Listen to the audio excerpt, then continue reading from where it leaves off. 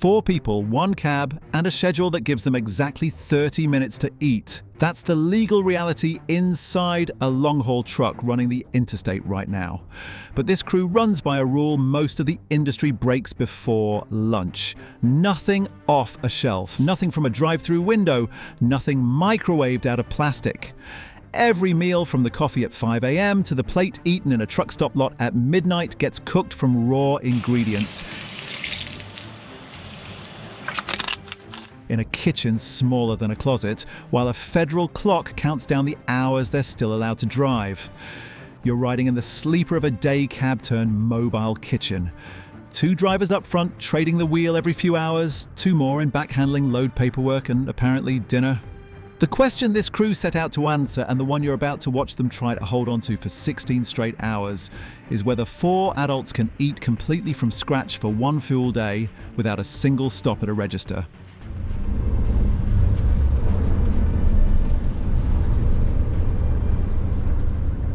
The morning starts before the sun. 4:45 a.m., a truck stop lot outside Amarillo. The engine still ticking as it cools from last night's run.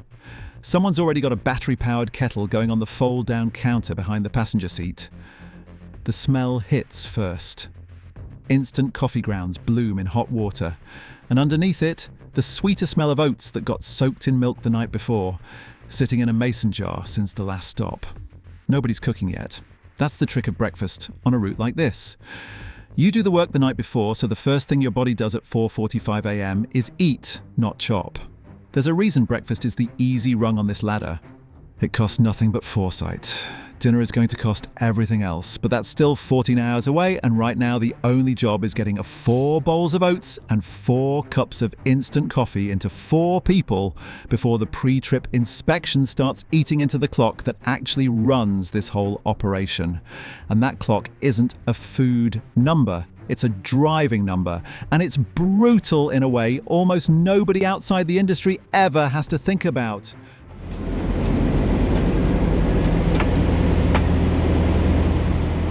Federal rules give a commercial driver 11 hours behind the wheel inside a 14-hour on-duty window, and that window starts ticking the moment anyone in this cab goes on duty, whether they're driving yet or not.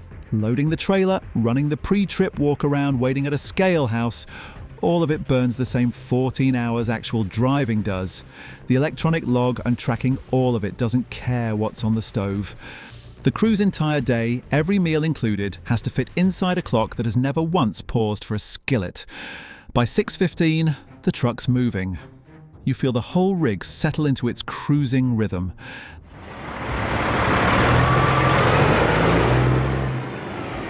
That low diesel hum that turns into background noise inside 20 minutes. And behind you, the 2 off-duty riders start peeling potatoes into a mixing bowl wedged between their knees, bracing every time the trailer hits a seam in the highway. There's no cutting board bolted down back here. There's a plastic one that slides the second you stop pinning it with your elbow. And by the 3rd pothole outside Vega, half the peels are on the floor mat instead of the trash bag. An hour later, the truck pulls into a fuel island, and this stop is its own small negotiation with the clock. Whoever's driving tops off the tank, checks the electronic log to see exactly how much of the 14-hour window is left, and radios back a number everyone in the cab already half expects. If there's a lumper waiting at the next drop to unload the trailer by hand, that's on-duty time too, whether anyone's cooking or not. None of that stops the crew from grabbing 5 minutes here to portion tonight's chicken thighs into a bag of seasoning, because 5 minutes now is 5 minutes dinner won't need later, when the window's a lot thinner. Lunch is where the day starts to bite. Federal rule requires a 30-minute break somewhere before hour 8 of driving time, off-duty or in the sleeper berth. No exceptions, and no amount of hustle at the loading dock buys that clock back.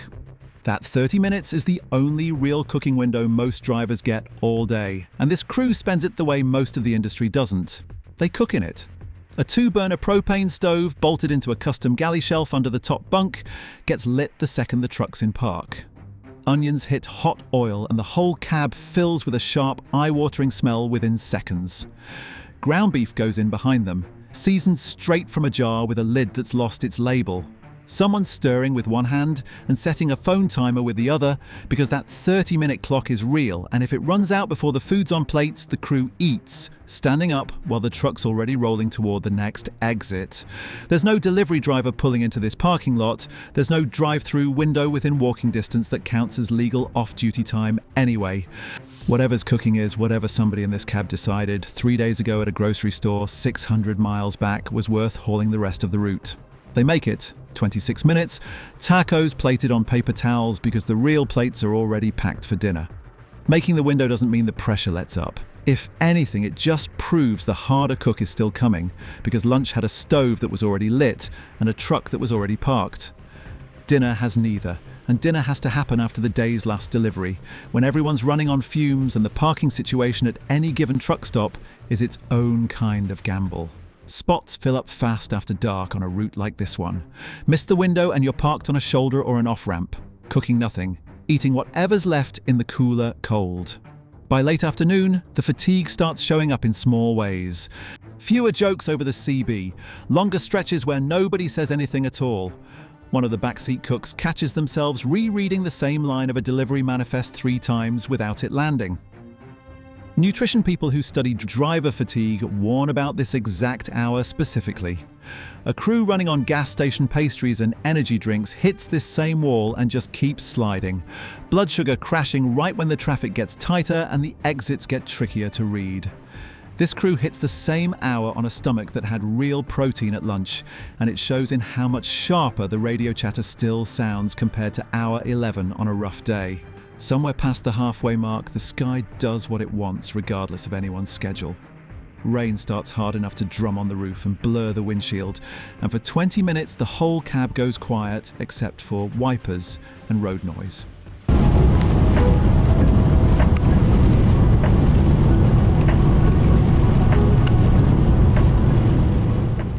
Cooking anything in a downpour like this is out of the question, so lunch's leftover rice gets passed around cold, straight from the container, which nobody plans for and everybody's grateful exists.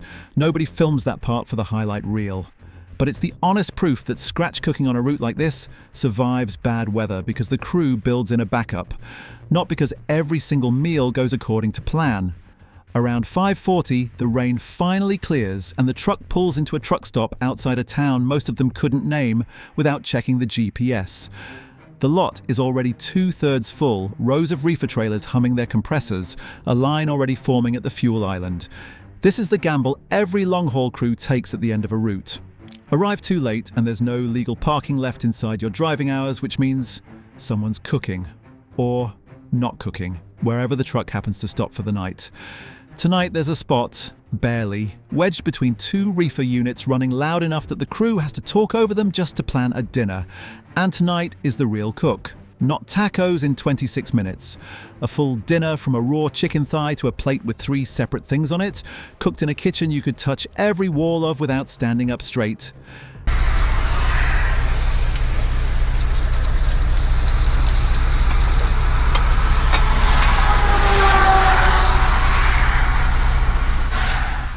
Engine's off, but the cab isn't going dark or quiet. A small auxiliary power unit mounted behind the cab keeps the electronics running without idling several thousand pounds of diesel engine just to power a slow cooker, which is its own quiet argument for why this setup works at all. Without it, running a stove and a cooler and charging 4 phones off the truck's battery for an entire evening simply wouldn't happen. The propane stove comes back on. So does a second burner nobody's touched all day, plus a 12-volt slow cooker that's been running low and quiet since lunch, tucked behind the driver's seat with a towel wedged under it so it doesn't slide on turns. Rice goes into a pot. Chicken thighs, seasoned that morning back at 4:45, hit a hot pan, and the smell changes the whole cab in about 10 seconds flat, garlic and paprika and hot metal all at once.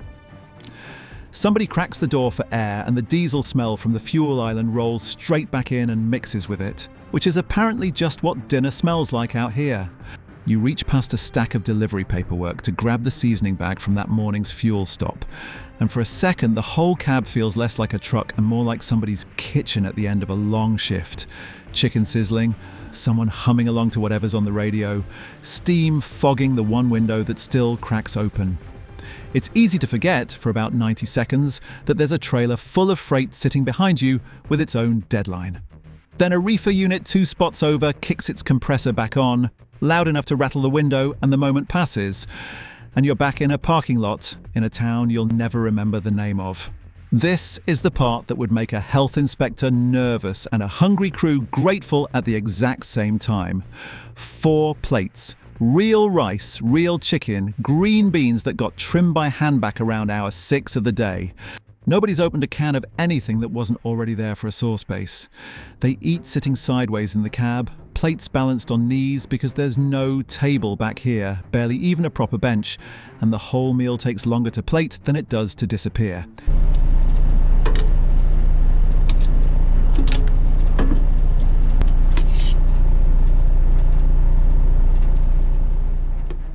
Here's a number worth sitting with, and it's the boring one, not the dramatic one, that actually explains why this crew keeps doing it.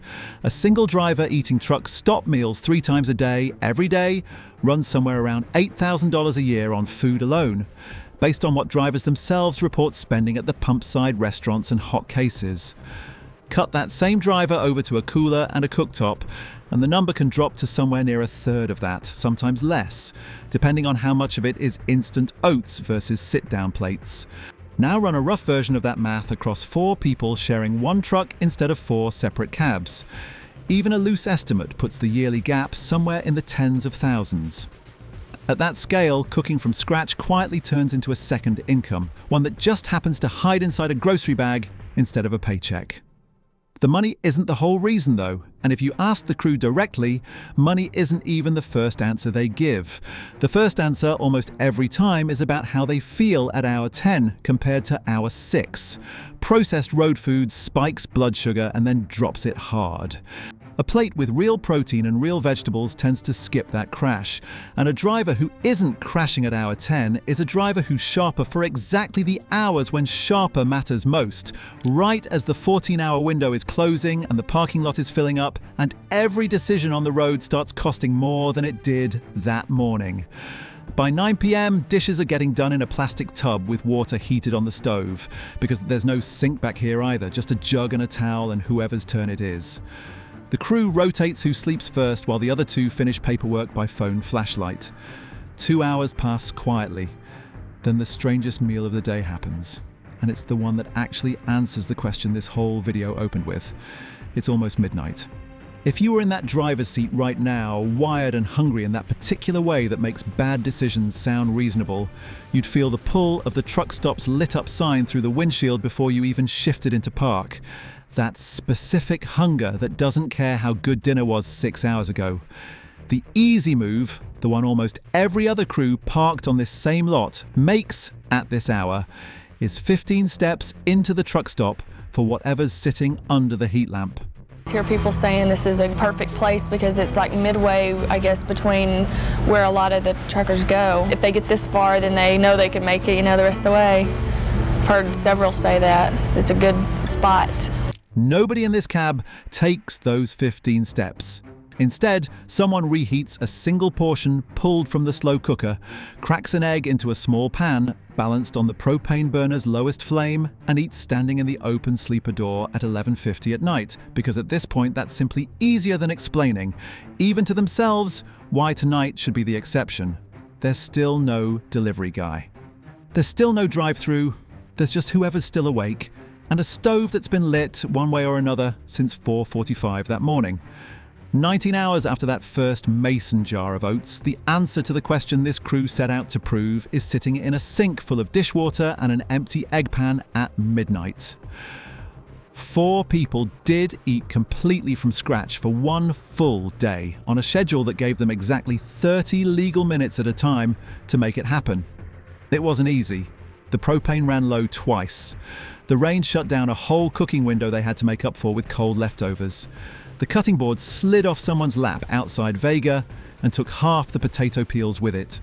They did it anyway because the alternative at every single one of those stops was a version of eating that costs more money, delivers less energy, and hits hardest at the exact hour a 14-hour clock needs a driver at their sharpest. The real question was never whether a crew like this could pull it off for one day. It's whether anyone could keep pulling it off for the 300 that follow, once the coffee's gone cold and nobody's filming to keep them honest. If a crew running on a federal clock can still find 30 legal minutes to cook a real meal from scratch, the next excuse gets a lot harder to make stick. What's the last from-scratch meal you actually cooked this week?